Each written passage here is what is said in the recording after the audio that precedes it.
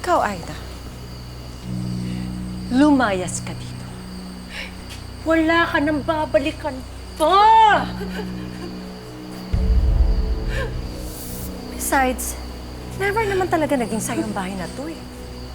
Isa pa, hindi maghahanap ng ibang babae si Frank kung naging responsable kang asawa. Naintindihan mo? Paniwalaan mo ang gusto mong paniwalaan, Fe. Pero alam ng Diyos ko ano, totoo. Ako ang tunay na asawa ni Frank. Ikaw man ang naging unang asawa niya. Ako naman ang huli. Ang sama ng ugali mo. Inuwa mo na yung asawa ko. Pati ba naman yung bahay namin ng ate ko? Pinaghirapan ko to. Huwag mo naman ka. Tara na.